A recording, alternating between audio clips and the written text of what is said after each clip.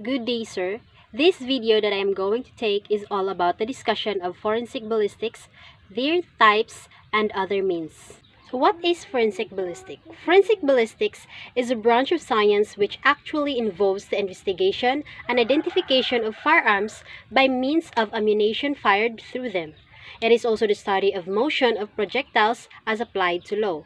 So forensic ballistics, diri nato ma-identify if what was the projectiles used through the ammunition nga gigamit sa usa ka tawo sa iyahang pagpusil, in which particularly witnessed upon the investigation. So these are the components of forensic ballistics that we have to consider ug makita nato siya diri nga discussion, which is the firearm. First is firearm. So muna siya ang ginagamit para sa target, which is kung nakay pusilon or nana. So ammunition is muna siya ang bala nga imong gamiton. And lastly is the target, which is, so there is a target, diri nato ma-identify kung asa ang bala ni padulong, unsa ang kind of wounds niya, unsa ang pressure o ang energy, velocity, or ang iyahang impact sa bala nga imuhang gipusil didto sa target. The direction or other kanang mahibal-an nato sa pinaagi lang sa target. So what is ballistics? Ballistics or ball throw, it is a science that deals with the motion, behavior, and effects of projectiles, especially bullets, gravity bombs, rockets, or the like. The science or art of designing and hurling projectiles so as to achieve a desired performance. A ballistic body is a body which is free to move, behave, and be modified in appearance, contour, or texture by ambient conditions, substances, or forces as by the pressure of gases in a gun, by rifling in a barrel, by gravity, by temperature, or by air particles. Diri nato mahibal-an ang impact sa bala through the body of our target, kung unsa ang movement sa different projectiles or impact that we use. So what is the theory of ballistics? The ballistic is the scientific of the propulsion and motion of projectiles such as bullets, artillery, shells, rockets, and guided missiles. Also includes the study of the destructive action of such projectiles.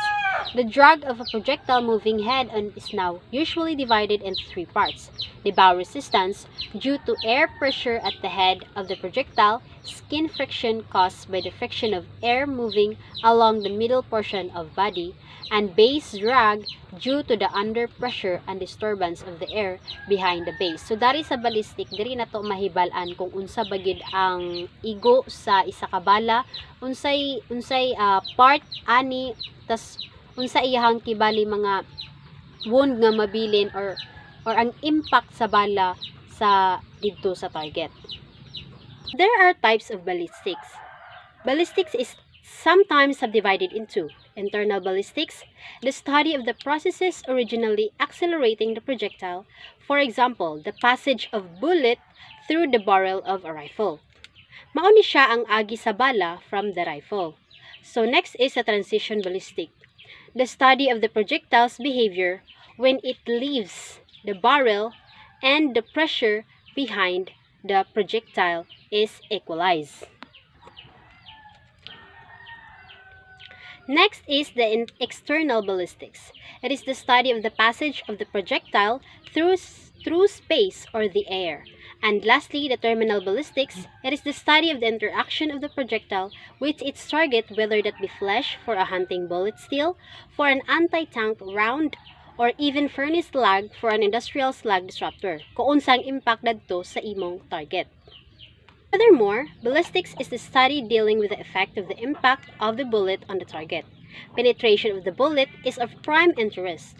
Penetration is important also in determining safety requirements for target backstops. They are important to both sportsman and military. Terminal ballistic involves terminal accuracy, size of the bullet grouping on the target. Example, Alpha, Bravo, Charlie, order Delta nga group. Next is terminal energy, energy of the projectile when it strikes the target, also known as striking energy. Terminal penetration, depth of entry the bullet in the target, sukod sa bala ngadto sa target. Terminal velocity is speed of the bullet upon striking the target, kung unsa ka kusog ang dagan sa bullet padulong sa target. So next is exterior ballistics. Exterior ballistics deals with the motion of projectiles from the time they leave the muzzle of the firearm to the time they hit the target. The flight of most bullet or projectile does not exceed 30 seconds at maximum range, which for almost any firearms is obtained at an hour elevation of about 33. Further, exterior or external ballistics refer to the attributes and movements of the bullet after it has left the gun muzzle. So there are types of exterior ballistics. The muzzle blast, ang noise sa gun as you pull the trigger. Next is the muzzle energy generated at the muzzle point. Next is trajectory, the actual curved path of the bullet during its flight from the gun. The muzzle to the target, straight, parabola, or the horizontal. Range, it is the straight distance between the muzzle point and the target. So there are the terms on exterior ballistics. The accuracy range, it is the maximum distance at which a particular gun and cartridges will consistently place all shots in the standard target for the distance. Next is the accurate range, the distance within which the shooter has control of his shots. Back curve, this is that portion of the bullet's trajectory that drops below the critical zone beyond the point blank range. Past this point, the trajectory begins to drop off very rapidly with the range, and the point of impact becomes very difficult to estimate.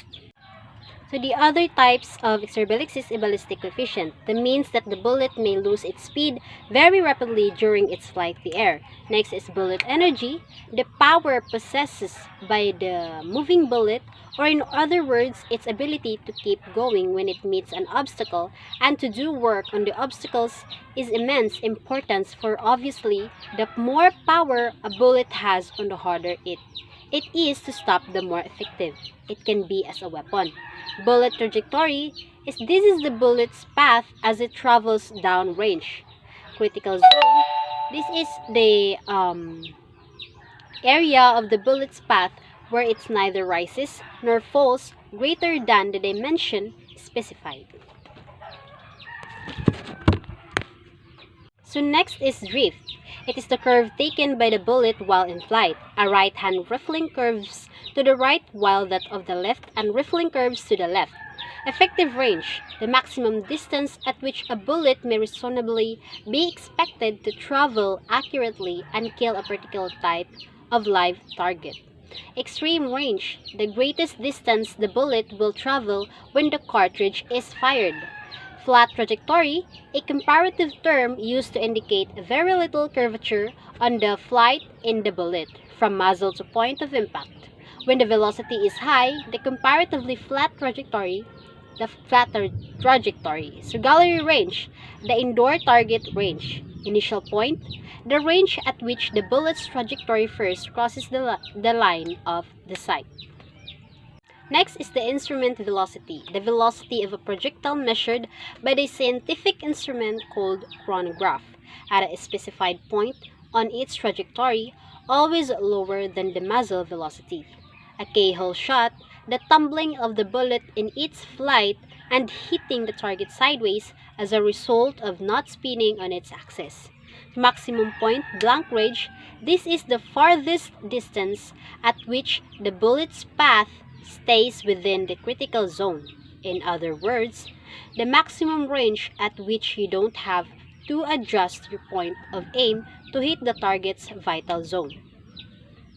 A keyhole shot is a tumbling of the bullet in its flight and hitting the target sideways as a result of not spinning on its axis. So let's proceed to the other type of ballistic, the interior ballistics. It is the study of motion of projectiles within the gun barrel. The time during which the projectile is influenced by interior ballistics is very short. From the release of the firing pin to the moment the sound of the shot can be heard as it leaves the muzzle occupies only about 0.01 seconds in a modern rifle. So interior ballistics involves ignition of the primer. Flames is produced combustion of the gunpowder. Gunpowder energy that is generated. Force or pressure developed. Velocity of the bullet from the chamber to the muzzle. The rotation of bullet engraving the cylindrical surface of the bullet. So there are also terms in interior ballistics. An action, term referring to the mechanism of a firearm. Burning rate, an arbitrary index of the quickness that burning propellant changes into gas. Burning rate is controlled by the chemical composition, the size, and shape of the propellant grains of the pressure at which the burning takes place. IMR 5010 powder is very slow burning and bullseye is fast burning. Next is bulk density, the ratio of the weight of a given volume of powder versus the weight of the same volume of water. Next is chamber pressure. It is the pressure generated within the chamber, erroneously called breech pressure. Charge weight to bullet weight ratio. This is the ratio of the weight of the powder charge to the weight of the projectile. Next is detonation. It is a chemical rearrangement of molecules into gas instead of solids to cause the high explosive to exert full power of shock.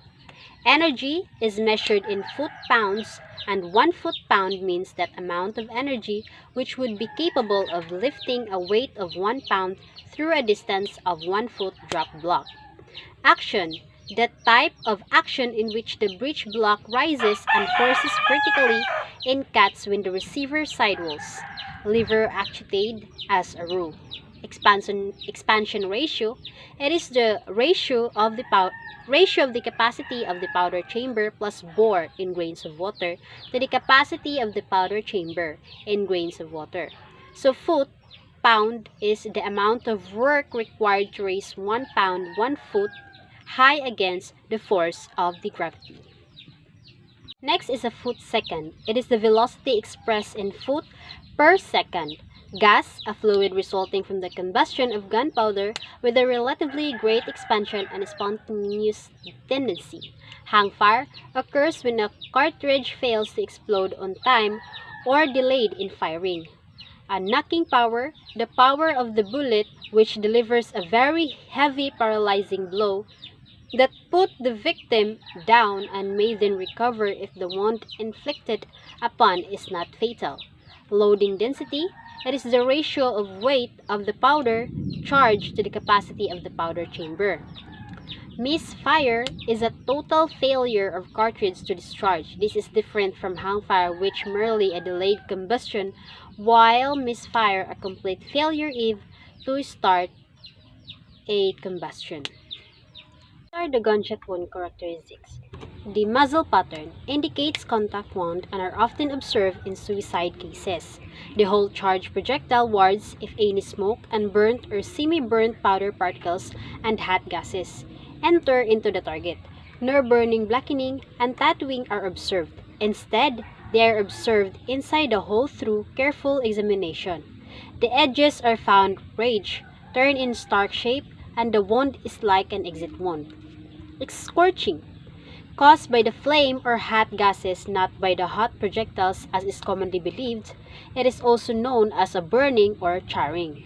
Blackening, cause of the deposition of smoke particles by all types of powders at close ranges.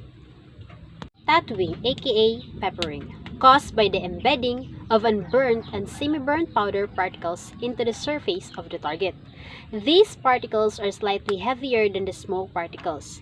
They retain motion to somewhat longer intervals and consequently cause tattooing to a distance of about 1.5 times blackening range. Other shotgun wound characteristics is a pink coloration caused by absorbed carbon monoxide in the skin and flesh. Dirt ring, deposited by some projectile which carry greases on them around the wound. Existence of this indicates the entrance side of a forearm injury and does not indicate a range. Contusion.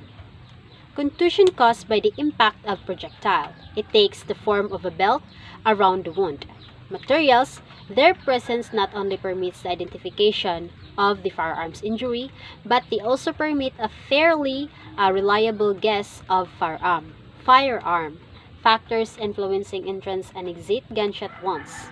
Kind of weapon, it is the higher power the weapon is, the more destructive to the tissues of the body. Caliber of the weapon, it is the higher the caliber of the wounding bullet. The greater will be the size of the wound of entrance, hence greater destruction to the tissues. Shape and composition of the missile. The conical shape free end of the bullet slug has more penetrating power but less tissue destruction. Next is range of fire. The injury is not only due to the missile but also due to the pressure of the heated expanded gases, flame, and articles of gunpowder. However, in a long-range fire, the characteristics effect of the bullet alone will produce the injury. Direct of fire. A right angle approach of the bullet to the body will produce a round-shaped wound of entrance in short-distance fire, while in acute angle of approach, the bullet will produce an oval shape wound of entrance with contusion color widest on the side of the acute angle of approach, and a tendency for the bullet to deflect the other direction to another direction upon hitting the target. Next is part of the body involved. When the bullet hit the soft tissues of the body, the bullet penetrates and usually without any change in direction. However, upon hitting the bones and other hard body structures, the bullet may fracture the bones, causing further injury or may deflect to another direction. Kaya kung maigo sa bukog, na possible nga basing bitaw. So na, description of the wound of entrance is based on the distance of the body from the fire gun. Contact fire. This is the burst due to the explosion of the powder which produces the heated and expanded gases. Near contact up to 6 inches distance, there is bursting of tissues, burning and blackening of the skin as in contact fire, but the particles of gunpowder are present inside as well as around the wound of entrance. So their determination whether the gunshot injury is suicidal, homicidal, or accidental. So evidence to prove that gunshot wound is suicidal is accessibility of the involved part to the hand of the victim. Usually one gunshot wound. So isa ra gid dapat naa kay if suicidal ka or inanha, dili man gid mahimo nga duha ka buok ang imuhang kibali imong iigo sa imong kaugalingon. So usually the distance is short range or close range. Kay particularly pag suicide ka, it's either ana or ana, depende ra na. Presence of suicide note, na I note, history of frustration or despondency of the victim, makita na dito sa investigation. Presence of cadaveric spasm on the hand of the victim, sa iyahang kamot. So exclusion of other evidences to prove that it is not suicide. Evidence that the gunshot wound is homicidal. Wound is located at any part of the body. Victim usually at a certain distance from the assailant. Signs of struggle, defense wound, may be present in the victim disturbances of the surroundings. The other part of it also is wounding weapon usually not found the scene of the crime if it is accidental. Kay syempre wala beta kabalo kung kanang gilabay ba to niya diretso kay wala niya gituyo ang iyahang pusil. So evidence, testimony of the witnesses, evidence usually not only one gunshot wound. Siyempre sa homicidal na siya or sa accidental. Wound located at any part of the body. Absence of personal grudge between the victim and the gun who fired the gun. For the record, it is the rule that you have to consider upon the sa pagpusil. So rule number 1, treat all guns as if they are always loaded. To prevent the emergency. Never point your gun at the anything you're not willing to destroy. Kay there are possibilities nga makaigo ka sa imong gi-point which is dili nimo intended nanha. So next is keep your finger off the trigger and out of the trigger guard until you have made the decision to shoot. Precaution na gid niya siya nga dapat dili nimo ibutang imong finger dito sa trigger to prevent the emergency. Kay basing imong makalit na siya og bira which is really kanang delikado gid kaayo. Next and last but not the least, know your target and what's behind it. Kay basing mag-igo-igo ra ka diya sa bala niya, wala ka kabalo kung unsay behind ato niya, basing naitaw didto or basing na ay ma-aksidente didto nga wala ka nakabalo. So that would be all, and thank you, sir.